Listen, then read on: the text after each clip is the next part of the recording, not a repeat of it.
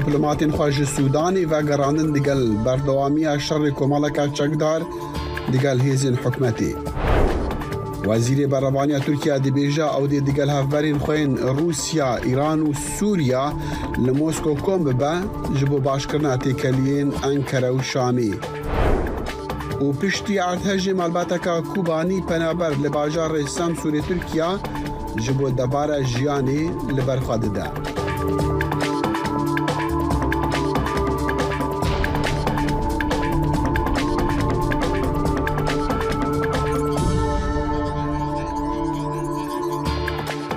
سلاف و ريزو بخير هاتن برنامج دي يا كورت كونكشن شدنجي أمريكا لواشنطن. ولاتين جيهان الدبلوماتين خواج سوداني دردي خن هفدمي بردوامي شرين جراند نيفبرا كومالكا تشاكدارو هيزن حكمته دا لخرطوما باي تختو چندين باجارندي دوهي لشكري سوداني قوت وانا عليكاريا درخصنا ولاتين بياني جي خرطومي كرد الريكا بندري بورت سودان را هفتیه که پشتی شرین گران کو به صدان سیویل تیدا هاتنا کشتن قماندارین هیزین سودان دی بیجن او آلیکاریه دکن هفده شروان گل هیزین نیار د پایتخت ده دمکی زو ایرو دوشنبه 343 ولاتین عرب جه اردن فلسطین عراق و سوریا به 4 فروک لشکری به سلامتی گهانا عمان پایتخت اردنی. و دوی یکشنبه به صدان ولاتین سوریا لباجار ادلب لباکوری روش آوا خو پیشاندان کرلی دیجی و گراندنا پیوندین نفورا چند ولاتین عربی دیگل رژیما بشار الاسد خو پیشاندران گوت آژانسا پیام فرانسی او باشکرنا پیوندیان به رژیما کا تاوان بار را رد کن جو سال 2011 ورا اسد راستی و درکرین سیاسی دبا لی ارتهجا شش ماه شباط بوری اگر بو ولاتین عربی و ودرکرنی بداوی بینن. لچند هفتین بوری جیت افغانکا دیپلماتیک لهرمی دست بیکر پشتی عربستان سعودی و ایرانی تیکلین خواه نوکرینه و. آژانس انادولیا یاسر به دولت ترکیه جزاری وزیر برافانی ترکیه راگهان دماغوتی کو پلان های صبحی سشنبه لموسکو او به هفبرین خواه سوری روسیا و ایران را کن ببا افراگ هاندن هفدم بزاوین و گراندن تیکلین انقره و شامی بو پشتی چندین سال دجمناتی لدمی دست پی کرنا شر نافخوی سوریا. انادولیا جزاری خلوصی آکار وزیر برافانی ترکیه را گهاند کو سروک دزگهین زانیارین ولاتین وان جی دی بجداری کن بونابن لموسکوی وی گوت آرمان جمع چرا سرکرنا پرزگریکا بریکا دان استاندن و گراندنا آرامیه جبو هریمی. ده هفتیا بوری در ریوبریا خسر پروژه چارەسەریya سیاسی ji سوریه راکو ji نه خالان پیک هاتیه راگهاند. پیامری دنگی امریکا لقامش روزانه عمر دبیجه دماکو پارتین دناوا ریوبریه دا تکس دکن کو اف پروژه دبه کو رواب با او بجهوره پارتین دروی ریوبریه دبیجن کو نپیکانا او ننراتیا وانجیناکا. نرینên aliyên siyasiyên Kurdên Sûriyê derbarê destpêşxêriya rêveberiya Xweser ya ji bo çareserkirina krîza Sûriyê ji hev cuda ne. Partiyên di nava rêveberiya Xweser de tekez dikin got projeya çareseriyê ya got rêveberiya Xweser pêşniyar dike li gorî biryara navdewletî 2254 e. Ji ber ku ew hêzên rêveberiya Xweser got hewqa sala derbas bû li ser vê aloziyê karî bû got formêla çareseriya pirzgirêka Sûriyayê خوشک بخوره دریخی و خوشک بخوره وری روشکاندن جملکی و دیجی تروری دیجی فکری تروری و جملی دی و جی گوهرتن قریبو برسوی بدهش بونا گوهرتن و گوهرینه کی دموکراتی گو گلین سوریای بری 12 ساله هنگا بان کرن گو گل دخوازی گوهرتنه بکی. لارiyekê din partiyên Encûmena Niştimaniya Kurdî enekese got di nava tîlafa opozîsyona Sûrî de cih digire di wê baweriyê de ye got înisiyatîva rêveberiya Xweser pêşniyar kiriye nûnertiya to aliyekî nake. Her şey karin ev biryar biselek dewlî يعني المجتمع الدولي دبي السروني ومسألة شعر سربكه المجتمع الدولي يجي مخابن حتاني أنا كبخورتي سر نسكرينه وقتي بخوازن حل بكن كارن حل بكن لأن ندري أوان ربع في هرشيش وغيري واجي دولتي عرباجي خبدن دور مسألة نكارن حل جردينا تبي جداهية باوريان سياسي آليين كردي يك هلوستنگو رژیم سوریه برسوی ناده وان دست پیش خیریان افغاوا هاجي يعني لاوازة براستي يعني إجبار يعني تفقرا كردي قا تماما خطية دبا يعني ند تمامي بانجي يعني هما وقت بي دحد الأدنى دبانجي بلكي إيدي جه قرتبا وشيتر سركتبا أما أولو إدارج آلي كيف بتناخا أدبيجموي هناكي زحمت بي بلكي نية قبول كرن روژا 18 و مهر و بریا خسر آبا کور و رجلات سوریه جبو چاره سرکرنا کریزا سوریه بیاننامه که جنه خالان را گهان. ریوبریا خسر بانک الولات عرب نتوین یک بویی هیز ناو نتویی کر گو پیشگیری بدن و بیاننامه. هر وها ریوبریا خسر تکزیل سر یک پرچیاخ آخا سوری و بلاف کرنا چافکانین آبورین با کور و رجلات سوریه لسر همو سوریان دکه. زانا عمر دنگ امریکا قامشلو. در ارتجا ششی صبات دا آل باشوری ترکیه دای مالبات تک کرد آجی کوبانی لباجار سمسوری و که توای خلکی دیجی راستی در دستریک مزن هاتن که چکاوی مالباتی دوی فلاکت خوزایی دا جیان خواج دست دا. پیامیر دنگی امریکا خلجان فارقی لآمدی به مالباتی را آخفتیا دبیجه جی کو او مالبات د پناگه کا کوجبری دعایات کوشینی یان تید کوشش بو جیانکا باشتر میشه مال خود که مال ما مال شیخ بو ما یعنی املکو بچره ایشی چوله مرید ما هبو ودا ما هبو فادیلش کوبانیه نه سال بره دمک داعشی اوتی سر کوبانیه همی مالو هبینین خوشی شون خوهشنه و رویانه ترکیه او نها لکامپک چادران بکچه خواه و نوی خواه را لسم سوره دکونک دادشی. هوا گرمه او ناف چادره دکله خواه آوتیه برسیه.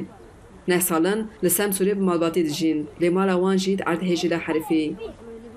کچه وی 32 سالی فریده جید بین کابلاندا جان دایه. دشار کوبانی داجی کورکی وی به دست داعشی هاتیه کشتن. فادیله دست نشان کرد که کچه وی فریده دبارا مالا وان کریه. شیه مالان پاکجیه. لب مرناوی پرو باس که وان شکستیه. کاشکا کمیج من دمر کتی من چه حتی که لبرو نکامو درخستانم جی عاصده و پاش حتی درخست ما دماغ بری چوس در باس کرد ولید کرد. کچه وی گلستان جی نخوشه نکاره کار بکه. ev kampa kulê dimînin ji aliyê saziyên dilsoz hatiye ava kirin bi keça xwe Gulistan û neviyê xwe 8 salî ra dijî. Kona wan da rojê wan tije bi xem û şîn derbas dibe. Gulistan keça Fadîle dayîkê zarokek sêwî ye. Neh sal berê dema Daişê bi ser Kobanê girtiye hevjînê wê xasê û tiyê wê jî hatine kuştin. Kurê wê hêd hemla wê dabûye. Dayîka xwe re reviyaya Tirkiyeyê. Gulistan jî erdhêjê de digel kurê xwe li Kabilê xanî de maye. Xwişka wê li Rexwê can daye. Birê wê û babê wê ew rizgar kirine. Hat ew sîngerona talê balkonê kaş kir îşiğî kete hemze. Çîk îşiğî kete û birayê min serdar. Ew ya jî li wî halî ew dike dikole û heta gîşte salonê. Ku min kelekê xanîhêr mirî piştê xwişkê min e. Min destê xwe pê kir mirî miriye. Ama birayê min wanê کولا بریا کرکه من درکت دو کرک را هیده از درخستم. پاشروجا به کمپا بچوک ندیاره. جبرکو به پشتوانی دل سوزان هیه. و برپرس کمپی اسمت ددزانین تشتی کتین وکی هف لپنجی دو چادران بلاو دکن. لی ایدی وکی بری آلیکاری جی پرنایم. ایدی آلیکاری تیری مناکه. وکا میناک. جبو کو چای و شکری من نمایه نه ایرو چای جی بلاو نکر.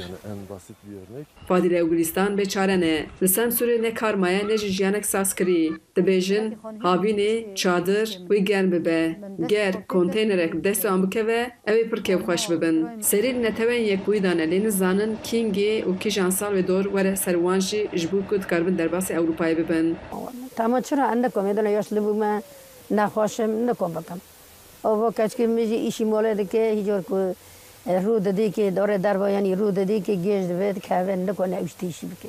شرط ماینه وکی حمیر و نشوانان جبو فادله و کچای گلستان جی برسکریکا مزن آسرکیه. خجیجان فارقین دنگ امریکا سمسور. رخصنا هفکاری و اولهیه یا اوروپی درباری اولهیه هلبجاتنین ترکیه در راپورتک وشاندیه چه در راپورت دا هاتیه گوتن ازلامیه ساک او چند شوپاندی ازلام بخیر هاتی سپاس چه دبیجه او راپورتای کت یا اوروپی لسر مسئله هلبجاتنان رخصتن دبیجه کو ده هلبجارت قانونا نویا ترکیه یا لسر هلبجارتنان کو ده 2018 دا هاتبو قبول کرن داخل لرخنه و پیشنیارن رخصتن سیویل و یکتیا اوروپا نهاتیه برچاو گرتن و جبر و یکیجی ده لسر هلبجارتن چارده گلانه فیکارن وان هنه وکچه داخل رخصتن بالی دکشینه سر راگهاندنا آزادی و مدیای و دوی لگور قانون مجبوره کو مدیا ترکی جبو تواهی بر اندامان ماف بده کو درباره خود کمپانیای خود بمشینن لروشا لترکیه د مدیای ده نه وسایه نه بیالینه او سرفرازن هر نوع د بیجی کو د رزقنامه یا فینانس کرنا کمپانیای اندجی والله قانونی هیه او اوجی رنا ده بر چاودر و پسپوران کو اف فینانس کرنا بر بجاران جکی درته هر وها رخصتن جارکتن بالی دکشینن کو رخصتنا ترکیه و قانون ترکیه رنا ده کو چاودرین و پسپورن سرفراز و پیواجویا قانون هلبجارتنی تماشه بکن و چاودری آوام بکن او چه پیشنیاز دکن چه جبوش چاره سریه را بله یا ده پیشنیارین وانه گرینگ هیه یا آیکی آواکرنا میسیونا چاودریا سر بخویه و آد دواجی ده بیجه کو اوسی اوی جی 305 اندامین و کو اندامین و رخصتنیه پسپور و چاودرین دمکی و دمدریج بخوازن کو ورن چاودریا هلبجارتنین ترکیه بکن و راپورتان آماده بکن و به سینوردار کری بیجی ری لبر وان نه عدالتی و نه وکهویه بگرن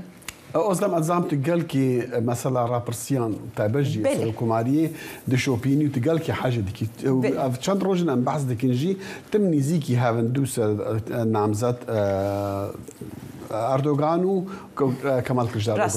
إيرو تشهاية تشتينو داخل وکی توزانی وی که تیجی گود ام جنیز و تماشا دکن و مگوتو بکو او دراپرسینن پشتی عیدیه ده جشن رمضان ده هنگ زلال بن ایرو جاره یکین تخویاdı که کو فرقا دنavbera Erdoğan و Kılıçdaroğlu da heneki zeyde buye د راپرسینن کو ایرو هاتنه وشاندن رژیا بو پشکریا بو کلیشتاروğlu نزی 49.3 Erdoğan ji 42.4 nişandı de le hecayı bir xistine ku jibo bi dest xistina seroktiya Türkiye de be yek namzetek jib sedi penci zedetir bigre eğer jivan her duaji tükes ji sedi penci zedetir negre evde 28 gulanede dora dünyaya hılbijartınan seroktiya pek vere dahil. Galki spas. Spastık. قالوا شافري چه انجام و چه گوهرتنان د جواکا ترکیه دا تیکرن پشتی هلبجاتنین ترکیه علی گوردلی چالاک ناس و يعني جواك ناس ببورن وفلسفه ناس جي المانيا انها راستو خب مريكا كي علي دم باش ام دخازن بزانن يعني پشتی وان هلبجاتنان ام شافري هنا گوهرتنا دکن د جواکا ترکیه دا يعني سرچاوا وشانا و خوش به گلک سپاسکن بله براستی هیویه که کو پشتیوان هلبجارتنان لترکیه نه که روزانن باش ورندیتن نه که گاون باش ورن آویتن بگشتی ولاتین ترکی لبندا گوهرینه که براستی جمازنن کو آنا روشا ولات ترکیه ده آلوزی که ده و براستی جی روشه که مرد دکاره ببیجه گلی که آورته هیه و مروبین ولاتین ترکیه گلی که مرد دکاره ببیجه کو تنگاسیه دنه بله اوا راستیه که لێبێ ئەv ببێژن ئەv هەپەیمانە ئەنجا ببێژن ئەو ماسا کوژێرە دەبێژن شەش قۆلی ئەنجا شەش لینک هەبێکی هێویە ئینسانە قورت بکێژی هەنێکی گومان هەلبەتە هەیە و کای بکاربن چی بکەن وەکی ئەم ببێژن ئاریشێن gelekî esasî bingehîn li Tirkiyeyê gelo ka ev masa em bibêjin şeş kolî hêza wê têrê bike ku wan arîşeya wan meseleya em bibêjin çareser bike anêna bi rastî ev jî ancak bi demê re dikare xwe bide der an jî piştî hilbijartina meriv bikaribe li ser vê yekê tiştekî rastî ترى البسيارة ما قلت هشت أم بمين بسيارة لكن حتى بشتي هالبجادنا اللي دي ساجي بس إن جواكا تركي بكن تايبه جي أم زاين كو جواكا تركي هاد ناسكرين بلي ده 20 سالة بجواكا كساكولر وسيستمك ساكولر لور هابولي كان صالين حكم أردوغان تيقولين كو أو جواكا ساكولر باش ده شوية يعني نها خطر ودسر وجواكي هبا يعني سيستمي ساكولر تركيا هبا يعني بله yani ew rastî ew em bibêjin sistema seküler aku destpêka komarê ve hebû ew piştî em bibêjin deselata hikûmeta Erdogan hebekî meriv dikare bibêje kete xeterê yani rasterast bi eşkarayî pêk nehatibe jî ew rûdenên ku pêk hatin wisa kirin ku meriv dikare bibêje ew em bibêjin sistema seküler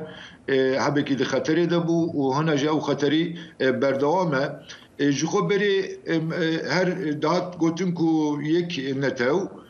yek al yek ziman îca ser de jî hate gotin ku yekî dîn anja bibêjin ew feraseta ku dibêje yek dîn jî hat ciyê xwe girt û em bibêjin bi giştî ew dewlet anja em bibêjin welatê Tirkî wekî em bibêjin yekparêziyê diparêze ew mantık çi ye ew dibêje ku yek netew e yek ziman e yek dewlet e û yek dîn e ji ber wê yekê jî بله من خواست بزنم گله کسایی هیوی هیا کو پشتیوان هلفراتنان هنک روش به گوهرتن و براد تاراده که هنک آزادی دست بکن حتی اگر اردوغان جی در جارکه در که ولی دیسان و هنک حتی راده که آزادی هبن ترکیه تو چه بیجی تو از آنم تو بخوجی قربانی مثلا و آستان کرنان کو بری دمکی در ترکیه دست بکرنا بله گلک سپاس yani eğer meriv rastiye bibêje ayê ki rastî jî ana li Tirkiyeyê meriv nikare bibêje ku azadî heye û azadiyê ki em bibêjin ramanî heye insan bi serbestî dikarin fikir û ramanên xwe bibêjin ev ya tune destpêka em bibêjin eva 25 salê daviyê Tirkiyeyê destpêka destilata Erdogan de gelek tişt hatibin gotin ku azadî were Tirkiyeyê Kurt bigêjin hemû mafên xwe yên rewa em bibêjin azadiya çapemeniyê hebe azadiya fikrî hebe ewa tef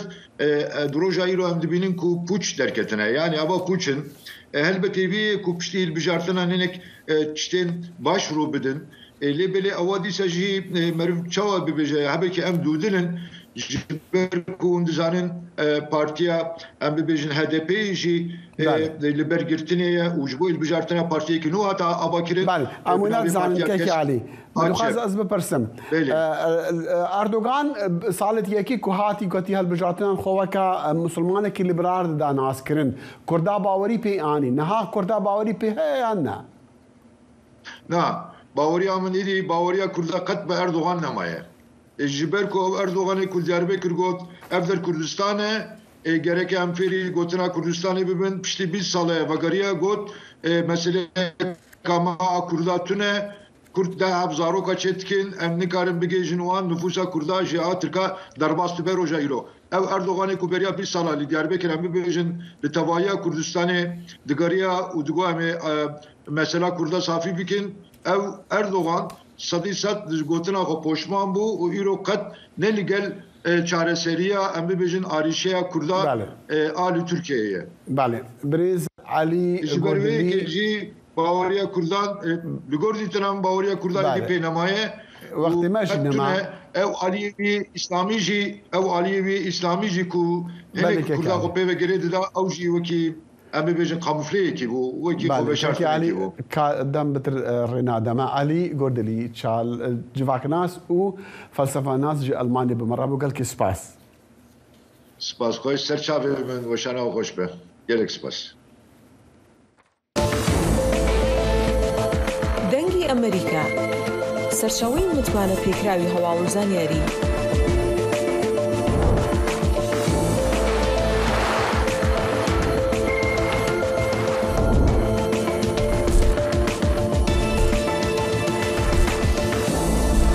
لە ماڵپەڕ و تۆڕە کۆمەڵایەتیەکانی دەنگی ئەمریکاوە ئاگاداری هەواڵ و گۆڕانکاریەکانی جیهان بە.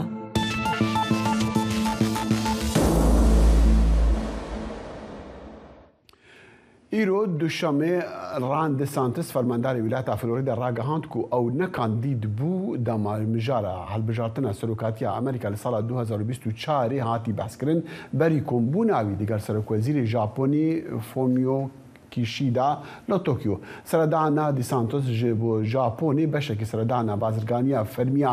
چار ڕۆژی بوو لە دەمێک و ئەو هەوڵ دەدا ڕۆنیە بێخەسەر بەرنەماخوایە سیاسەتا دەرڤە بەریک و ئەو بفەرمی کاندیدکردناخوا وەک بربژێری کۆماریانش بۆ هەڵبژارتنی سەرۆکاتی لە ساڵە 2024 ڕابگەهێنا. سانتس گوتە سەرۆکوەزیری ژاپۆنی کو ئەو منیکاری دۆستانیە هێژایە ژاپۆنیە بە ئەمریکا ڕا پشتی ژاپۆنی سانتس دێ سەردانا کوریا باشوور ئیسرائیل و بریتانیا ژی بکە. بە هەزاران پەنابەرین کو چەند مەهن لە باشووری مەکسیکۆ دەستە سەرکرینە کاروانێکی نو پێک ئینان و بەرەف پایتەختی بڕێکەتنج بۆ داخوازکردنە بلەس خستنا داخوازیروان ji پەنابەریە لە ئەمریکا وان پەنابەران کوپڕانیە وان ji ڤەنزوێلایەنە ji تاپاچۆلا باژارێ لە سەرسنووری گواتیمالا و بە ژمارەیەک مەزن دەست بە مەشاخوا کرد و دەبێژن ئەو چاوەڕێ دەکەن پشتی 10 ڕۆژین مەشێ ئەو بگەهن باژارێ مەکسیکۆ. بە هەزاران پەنابەر ژناڤەند و وڵاتین ئەمریکا لاتین ji بەرتوند و تیژی و برسێ بە پیان di çend weڵatan re derbas dibin û beref Meksîko didin rê bi hîviya bi destxistina mana qanûnî li Amerîka. Kar bi destên tapaçola dibêjin ew karwan ji nêzîkî 3000 penaberan pêk hatiye. Hinek ji wan ji Çînê ne û ji hinek welatên diyên Asya ne. تارا تهباس کچا امریکیەکی ژینگە پاریسک و لە ئیرانی زیندان کریە دەبێژا وێ باوەری بە هەوڵێن سەرۆکی یان حکومەتە سەرۆک جۆ بایدن نەمایش بۆ ئازادکردنا با بێوێ و کەسێن دیک و لە ئیرانی گرتینە.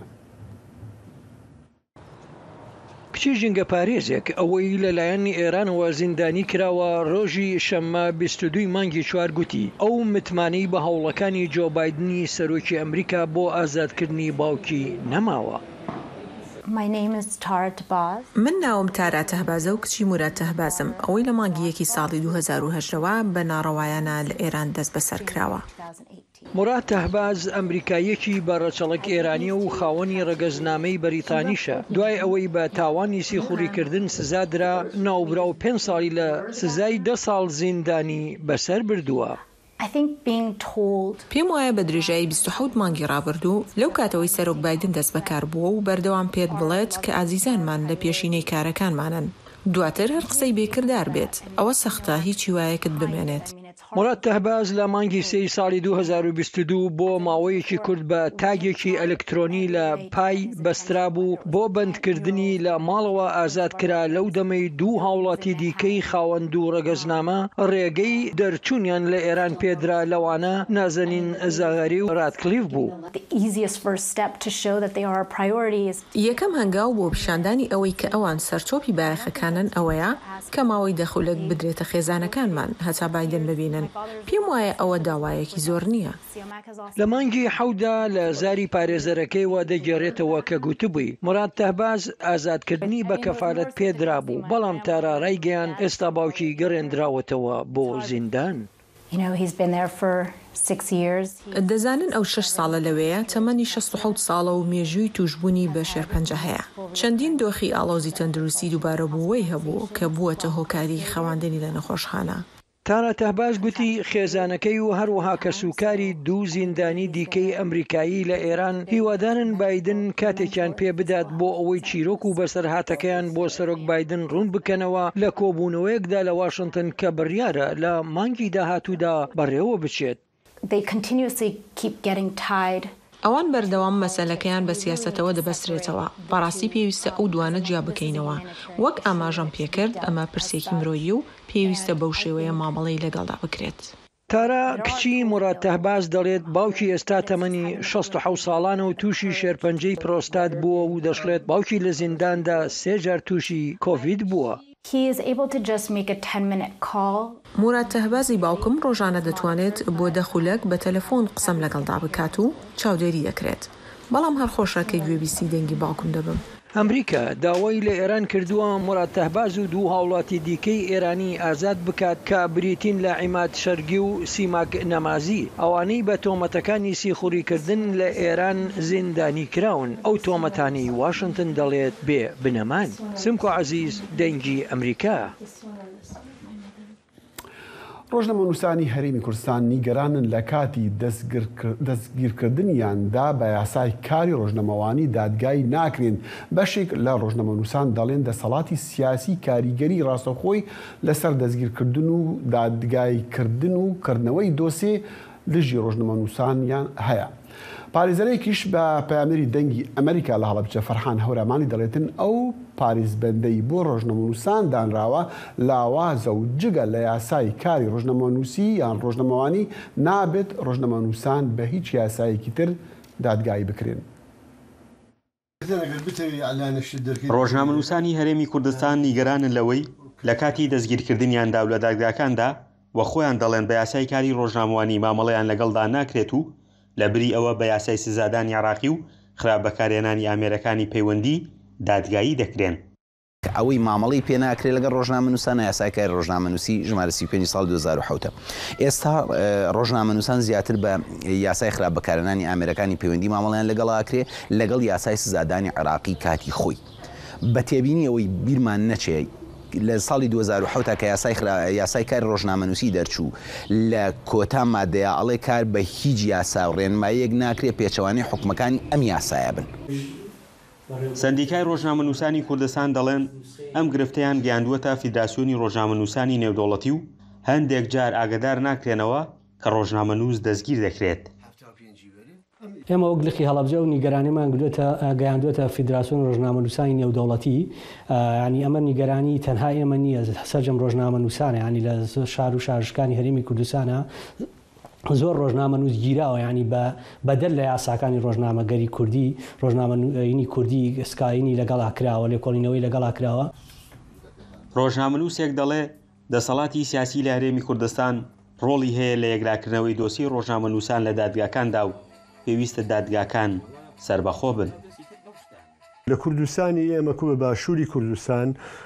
من پێم وتی دەسەڵات مامەڵەیەکی حیزبیانە لەگەڵ جومگەکانی تراکە. مەسەلەن لە منتەقەی زۆنی زارد ڕۆژنامەنووس لەسەر راپۆرتی ڕۆژنامەنووسی لەسەر کاری ڕۆژنامەنووسی ئەگیرێ لە زۆنی سەوز هەم ڕۆژنامەنووس لەسەر کاری ڕۆژنامەنووسی ئەگیرێ ڕۆژنامەنووسان زۆر جار بربەستی گەورەشیان بۆ دروستە بێ بۆ ئەوەی نەتوانن زانیاری بەدەستبێن بیگەن بەڕایگەشتی. پارێزەرێک دەڵێ یاسای کاری ڕۆژنامەوانی پێویستی بە هەموارکردنەوە هەیە و ڕۆژنامەنووسان دەتوانن لە قۆناغی لێکۆڵینەوەدا جەخ لەسەر دادگاییکردنیان بە یاسای کاری ڕۆژنامەوانی بکەنەوە و دەمیزی بڕیارەکانی دادگاش بکەنەوە. پێویستە ڕۆژنامەنووسان زۆر پەنا بۆ تەمیز ببن، تەمیزکردنەوەی قەراراتی مەحکەمە دادگاکان کاتێکە بڕیاریان لەسەردات بە تایبەتی لە خۆناغی لێکۆڵینەوە و کاتێککە دۆسیەکانیان ئیحالە ئەکرێ بۆ دادگای تایبەتمەند بۆ حکومدان ئەو مادەی کە تایبەتە بە حەسانەی ڕۆژنامەوانان مادەیەکی لاوازە، چونکە لە مادەکەدا هاتووە لە مادە هەشتی یاساکەدایان لە یاساکەیادا هاتووەڵێت ئەو ئیجراتانی کە دادگا ئەنجامێدات بەرامبەر ڕۆژنامەوانان دواتر سندیکای لێ ئاگادارەکاتەوە. ئاگادارکردنەوە ئەمە نابێت بە حەسانە. بەپێی ئامارەکانی سنتەری میترۆ بۆ داکۆکیکردن لە مافی ڕۆژنامەنووسان لە ساڵی 2022دا 431 پێشەلکاری بەرامبەر بە 301 ڕۆژنامەنووس و دامەزراوی میدیایی تۆمار کراوە. 64 ڕۆژنامەنووسیش بەبێ بڕیاری دادگا دەستگیر کراون. فەرحان هەورامانی، دەنگی ئەمریکا، هەڵەبجە. ئیرۆ ساڵڤەگەڕە 31 یا دامەزراندنا بەشی کوردی دەنگی ئەمریکایە لەوێ بیرەوەریە بڕێڤەبەرن بەرێ کارمەند و پەیامنێر بیرەوەرینخوا ڤەدگێڕن بەری هەمویان هۆمەری دزەی یەک ji کارمەندین پێشین و لە ساڵە 2000 بوو بڕێڤەبەرێ بەشی کوردی دەنگی ئەمریکا بەحسی ئەگەرن ڤەکردنا بەشی کوردی لە دەنگی ئەمریکا دەکات. ئەوەی کە بووە هۆی سەرەکی بۆ کردنەوەی دەنجی ئەمریکا ڕاستیەکەی شەڕی دووەمی کەنداو بوو. شەڕی ئەمریکا لەگەڵ عێراقا لەگەڵ سەدام حوسێنە با بڵێن عێراقی سەدام حوسێن ساڵی 1990 پێم وایە 2 مانگی 1990 شەڕەکە دەستی پێکرد و پاشەوەی کە عێراق دۆڕاندی لەو شەڕا ئەمریکا وای بڕیاردا کە کورد ئەبێ بە زمانی کوردی ئەبێ بەرنامەکانی لە دەنجی ئەمریکا وڵاو بکرێتەوە. هەمەر فەرهادی یەک ji پەیامنێرین پێشین بوو و دەماکو نێچیروان بارزانی سەرۆک وەزیری حکوومەتە هەرێما کوردستانی بوو ئەو بە شێخی پەیامنێرانیان ji bi پîrê پەیامنێران بناف کرد. فەرهادی بیرەوەریاخوا دیگەڵ دەنگی ئەمریکا ڤەدگێڕن. خۆشەکە لەوە بۆ ئێمە هەواڵەکانمان زۆر بەجددی و بە بێلایەنی وەکو بەرنامەی ڕادیۆکەی دەنجی ئەمریکا کە دەڵێ هەواڵەکان خۆشبنیان ناخۆشبن ئێوە ڕاستیەکان دەڵێن ئێمەش ئەو ڕاستیانەمان دەگوت و هەواڵەکانی هەرێمی کوردستان لە هەر سێ پارێزگای ئەو کاتی لەگەیان لە وڵاتانی دەرەوە. لێرە بەیانیان بە کاتی هەولێری هەرێمیش وەکتی پێدرێن نوێژی بەیانیان چارێکە ساعتێک بوو پەخشەکە من خۆم هەڵدەستام لە خەو ئەو کاتە ساعت مدادنەوە جۆ لە ڕادیۆکە دەگرێت. زانیم بایەغدانی حکوومەتی ئەمریکا بەکردنەوەی بەشی کوردی بایەغدانە بە کێشەی کورد. لەبەرەوە بەڕاستی پێمان خۆش بوو بەرە کاتەکە زیاد کرا و گۆڕا لە بووە ساعتێک و بوو 3 ساعت بوو ماوەیەک لەمە 4 ساعتیش بوو. ئێستاش پەیامنێری دەنگی ئەمریکا دڵشاد ئەنوەر کە پەیامنێرمانە لە شاری کەرکووک و گەرمیان ڕاستەخۆ لەگەڵمانە کاک دڵشاد ئەم کاتت باش ینی ئەمڕۆ بیرەوەری 31 ساڵی دەنگی ئەمریکا حەزم دەکرد پێش ئەم شتێک بزانم لە هەرێمەکانی کە کێشە لەسەرن ناوچەکانی نێوان هەرێم و بەغدادا دەنگی ئەمریکا چۆن یان خاندنی خەڵک بۆ دەنگی ئەمریکا چۆنە؟ بەڵێ دەخی لەم کاتان باش پیرۆزبایی ساڵیادی دامەزراندنی دەنگی ئەمریکا لە بیسەران و بینەران و خوێنەرانی دەنگی ئەمریکا ئەکەم. دیارە وەک ئاگدارن کە دەنگی ئەمریکا بە تایبەتی لە ماوەی دوای شەڕی داعشەوە کە فراوانتر بوویەوە و پێش ئەوەش کە لە ساڵی 90ەکانەوە تاکو ئێستا ئەتوانم بڵێم وردە وردە یعنی بە قۆناغ بە قۆناغ چوونی و خەڵکەوە بە تایبەتی لە ئێستادا کە دەنگی ئەمریکا تۆڕێکی فراوان لە پەیامنێری هەیە و پەیامنێرانی دەنگی ئەمریکا بەڕوونی کێشە و معاناتەکانی خەڵکە گوێزنەوە بۆیە لە ئێستادا دەنگی ئەمریکا ئەتوانم بڵێم بە تەواوەتی چوەتە نێو خەڵکەوە بووەتە پردێکی پەیوەندی لە نێوان خەڵک و دام و دەستگاکانەوە وەکو بێگومان خۆشتان ئاگدارن و بینەران و بیسەران و خوێنەرانی دەنگی ئەمریکا ئاگدارن کە کەم ڕۆژەیە زانیاری و راپۆرت و هەواڵی دەنگی ئەمریکا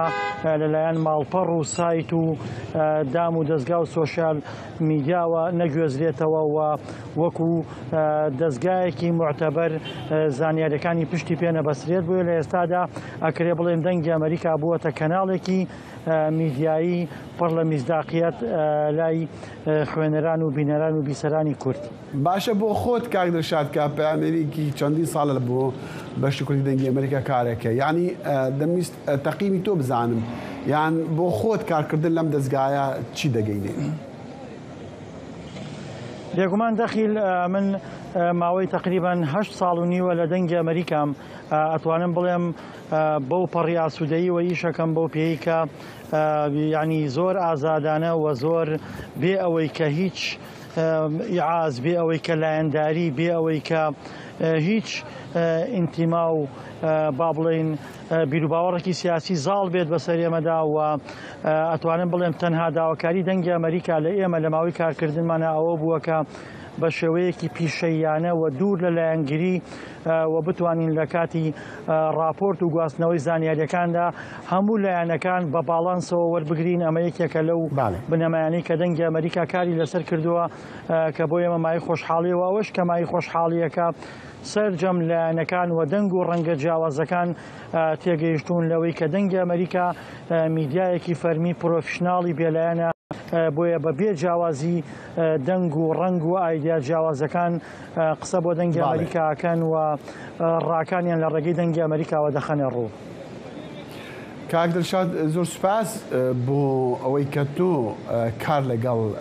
ئێمە دەکەی و بەڕاستی شانازی بە تۆ و هەموو ئەو پەیامێرانە دەکەین کە کاریان کردووە و هێستاش کارەکەن بۆ دەنگی ئەمریکا هەر ئەوەندە پیرۆزبایی لێ دەکەین و دەستخۆشیشتی دەکەین. سوپاس کاک دڵشاد. پیرۆزە لێەوەش ئێمە شانازی بۆ بکەن. زۆر سپاس. عمر شێخموز لە ساڵە 2001 دەست بە کار کرد لە دەنگی ئەمریکا وەکە سەرنویسکارێ بەشی کوردیە دەنگی ئەمریکا و لە ساڵە 2005 ئەو بوو سەرۆکی بەشی کوردینەها ژێ سویدێ بە مەڕەیە کاکومەردەم باش یعنی ئیرۆ ساڵڤەگەڕە 31 ساڵیا دەنگی ئەمریکایە و چەند ساڵە تولڤر بووی 6-7 ساڵە یان چەند ساڵاژی تو ڕێڤەبەری بەشی کوردی دەنگی ئەمریکا بوو لەوێ بیرەوەری تێدا چی هەیە تشمەڕە بێژی. ڕۆژ باش و گەلێکی پیرۆزبایی لەوە و لە گۆهدارێن دەنگی ئەمریکا دەگرم بۆنەیە 31 ساڵیاوە تشتێک و گرنگە دوێ دەماگ و ئەس لە دەنگی ئەمریکا بووم مەدسێ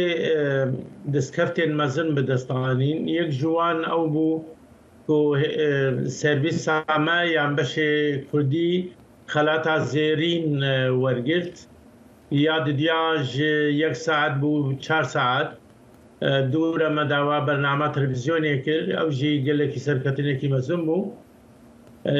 لێ دوو تشتێ دیگۆ جێ سەربلندیە بوون ژمنرە بڕاستی یەکێک ئەو گۆ چەند جارە راپرسی هاتنگرن کردن لەسەر بەشێ بیانی دەنگی ئەمریکا گوچقاس گۆهدارێ وێ هەنا گەلێک جاران دەنگی ئەمریکا بەشێ کوردیژ پرانیا بەشێندنی ڕۆژهەڵاتە نابین زێدەتر خەڵک گۆهدار بوو یاددیا کارمەندێمە ji ber got gelekî dilê wan xweş bû got beşê Kurdî hate damezrandin pir bi dosozane karê xwe dikirin we wekû erkekî niştimanî bi rêve dibirin yanî tu servîsekî din ew ruhiyet li cem tu nebû. Kakumer min dixwast ez bizanim tu çi pêşniyaz dikî niha di mîdya niha van salan ku pêşketinên gelkê mezin çêbûne di mîdya civakî de di mîdya dijital de ji bo beşî Kurdiyê dengê Amerîka ji bo ku bernamên xwe baştir bike û baştir bigeha guhdarên xwe temaşevanên xwe. برنامه اکتوال gelekî giringin yani ego behsa siyaseta rojane dikin hebûna peyamnêrê zêde başa hevpeyvîn gelekî giringin bernamê dibeyt û dîtinê cihê xwe dibînin dûra mesela rastgoyî û lêkolîn û xwe amadekirdin berî got bername wêne pêşkêşkirin gelekî giring e و تشتێ گۆ ئەس بخوا پر پێ دڵخۆشم ینی gelek جوان گەنجێ گۆ مەساڵە 2001 ئەو گرتن تو تەجروباوان و ئەزبوو ناوانی ڕۆژنامەگەری تو نەبوو لێنوها گشت بوونە ڕۆژنامەوانێن gelekî پرۆفشنەل و ئینسان سەرەوی بوان بلند بە. بەڵێ کاکومە ئەز خوازم تشمار بێژی بیرەوەریەت تا ئێن خۆش و نەخۆش دەوان ساڵێن کوتەکار مەڕێکری چاوە چنە؟ وڵات تشتێک gelekî xweş bû bi min yanî duê dema me de rejîma Sedam Hüseyin ket ئەو ماندووبوونا مەی زێدە ئەنجامێکی وێنەی باش هەبوو یاددیا بەشێ کوردی وقاسی گەشتێکریە گۆ نەهاز دەبیزم گۆ 39 کارمەندن ji dêvla 8 karmendê got di demame de hebû ya tiştê gelekî xweş yanî min bi rastî ew 6 salê yan 7 salê dengê Amerîka bi salên herî xweş jiyana xwe de dizanim yanî 6 salê ez pêşanazî dikim tiştên nexweş ew bû tim metirsî li ser me hebû got mumkine wek çawa beşê erebî hate girtin hinek beşên dinî rojhilata navîn hatin girtin metirsî li ser me li ser beşê Kurdî jî hebû lê êma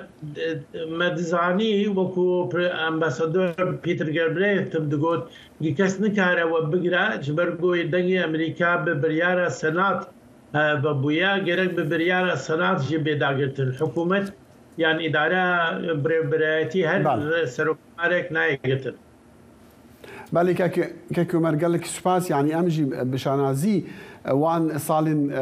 کاری مد گلتا بیرا خود اینن و ام گل که کیف خوش بون کو ام گل که جتفر بون و ج ازمونتا یا هم یا سیاسی و هم یا نویسینی و هم لاین جیانی دوان سالان دا گل که سپاس جبوتا کاکم سپاس ورش نهاجی هفکاری من سیروان خوشحال استودیه اویجی با چند سالان کار به باشی کردی را کریا و به دنگی امریکا را نبتنی باشی کردی لباشین دیجی کار کریا جار قطبون تده ها ویلی دیسان چند سال سیروان؟ 10 سال ویتری 10 سال از دنگ امریکا بگشتیمه و دناو دجی 7-8 سال باشی کردی. راستی پشتتینه داخل از لیزی دفکن پشتی گوام آموزتیم برز وک عمر شغموس و عمر زیی پیاملین مدرسات لیزی دکرد تشتاز خوازم بیشم که براستی دنگ امریکا د سالان دگشی قریب و ناوکی هم دب پیوندیه که دناو برا کردان و امریکا و هر وها دناو برا کردان بخود وک ناوی وی برنامجی کرد کنکشنه ارکامی سرکی او بکو کردا به هفگریدن 10 سال بعد 10 سال کی تريد بيجي بوك 22 سال سالان نها ام بتر سنجيد بيخن سرچي يان بلاني ماتشي كو ام سنجي بيخن سر جبو كو باشتر بجهن جهدارا باشتر بجهن خلقي راست داخل بيمديا يعني تايبت منديا دنج امريكا او كو نب سربخويا دزغه هكا صديق صد سربخويا راست كو بشك حكومه امريكا لدوار سرنويسكاريه حكومه امريكا تماي تكرنت ناكو اف جي تايبت منديا كا سرخوبونا دنج امريكا يجبرلو و درفتك جبو تماشاوان كرد بينرين كرد جهدارين كرد خوندوان كرد كو تشتكو ام بيشكش لكن يان دكارم بيشكش بكن لجهن دنتني رومالا كو سر اكران دنج امريكان سر بيلين دنج امريكا مال پرین دنگ امریکا تکرن لجه کی دینی کردستان نابینش برگل کردستان تزانه پرانیا یعنی پرانیا هری مزن جدزگهن راگهاندن سر با عالی و پارتین سیاسی ویه اف یک امدکارن بکار بینن کو نها ایرو روج و کو بیسکادن تجیگوت مدیا نها بویه مدیا جواکی و مدیا دیجیتال امدکارن سودی جویه که بگرن خو بگین هر کسی هگر جنک المالی بن یان میرک المالی بی یان گنجک بی یان کسکی لکاردکی یان کسکی لسر موبایل خویه آرمان جامعه نها ودفي قناغيد أول كم قاربن خو بجين هر كسي تشيب بلاتفورما كو هب الدخيل أم بكار بينن وبشوية تايبد ويب بلاتفورم خو بجين هر كسي وبجوازيا بشي كردي دنجي أمريكا دقال دزجه هندين راجع عندنا كردي تتشي دادي جبليكو أو مسألة بحث بكري جیازیاوی کو کردین هر چه پرچه کردستان الویده که کار دکن کردین ایران کردین ترکیه کردین عراق و سوریه و اویا دکاره بب جهک جبو هم پیش خستنا زمان کردی و حتی راده که بشه کردی دنگ امریکا سالان دوان 31 سال بوده رولک مزن لیستیه نزیکبونا زاراوین سرکیین زمان کردی و هر وها هلانینا او حساسیت سیاسی دناو زاراوان ده و دناو پارتین سیاسی ین آلین کردستانی اوات شکی تایبت کو دنگ امریکا دکاره بکه و هینجی دکاره باشتر بکه هلبت سپاس سیروان يعني يك في بيرواني تني دكارا بيروز باي له افكار خو هموا ديكن دوان كسين كو كار بمره كري چندين سالا جي هموان ديار هر کسی کی دمکی کرد بیان دمکی دریج با کار بدنگی امریکا باشی کردی رکری جی هوان دیارات راست يعني وكا همار دزي بحث كري دس بيكاوي 15 دقيقه بو شكر حتى بو 3 ساعات و 4 ساعات برنامج راست وخا لدمي شرعي عراقي دي بيرا برنامج تلفزيوني دس بيكون هاتشن برنامج تلفزيوني معنا اجا لفي بيروري بتني از دكار بيروس بايلتا وتما تفايا وان كسابكم خدمتها باش يكون يدنج امريكا كري سباس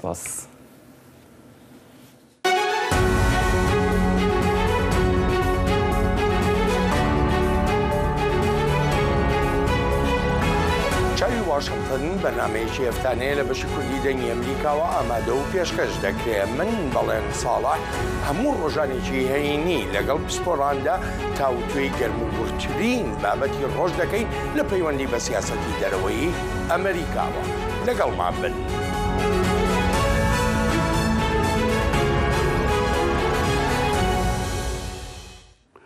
خۆبەخشەکان لە چازی فیار شارۆچکەیەکی نێزیک باخموتە هاوکاری مرۆییدا بەش دەکەن و لە هەمان کاتشدا داوا لە دانیشتوان دەکەن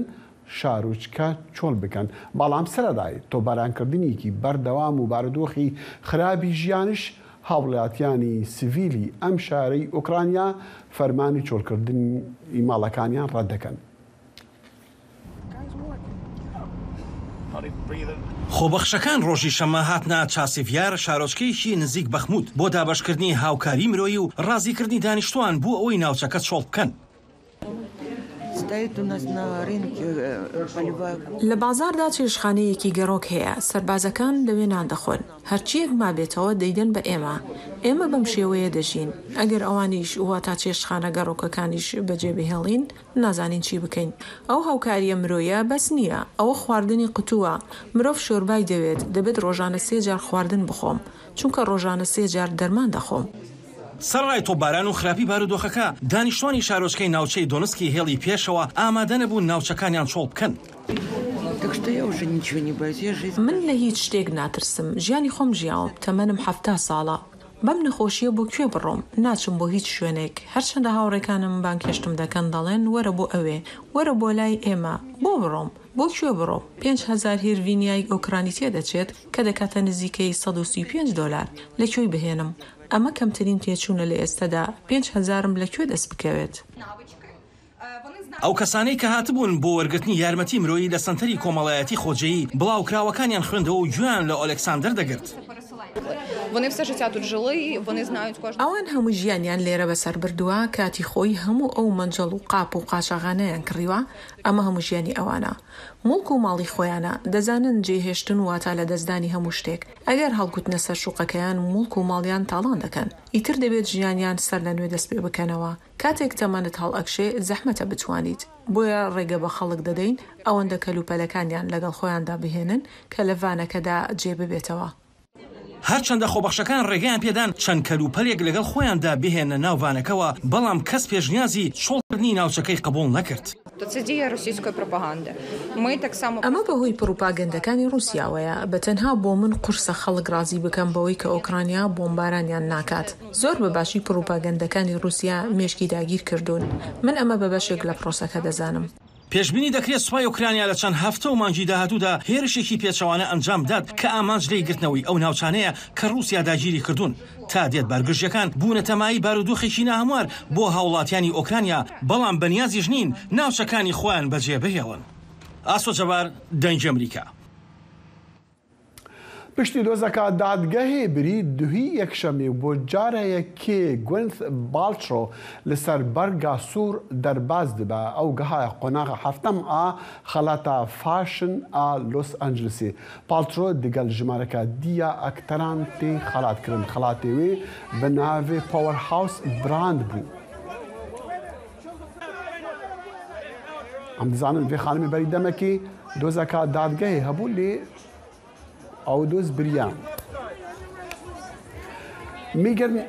فاهیژی ئەکتەرە The White Lotus بە خەڵاتی بریک ئاوت ستایل ستار هات خەڵاتکردن.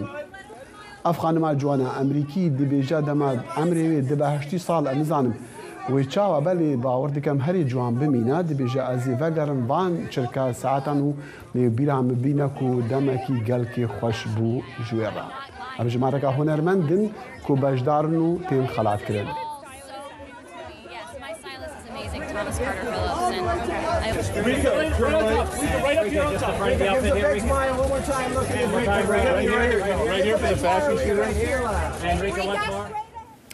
وێچەندێژی ئەم تێن داویا بەرنامە کورد کە نەشی نهایی هەتا سبەهی هەر شاد و بەختەوەر بن و خدا حافیز.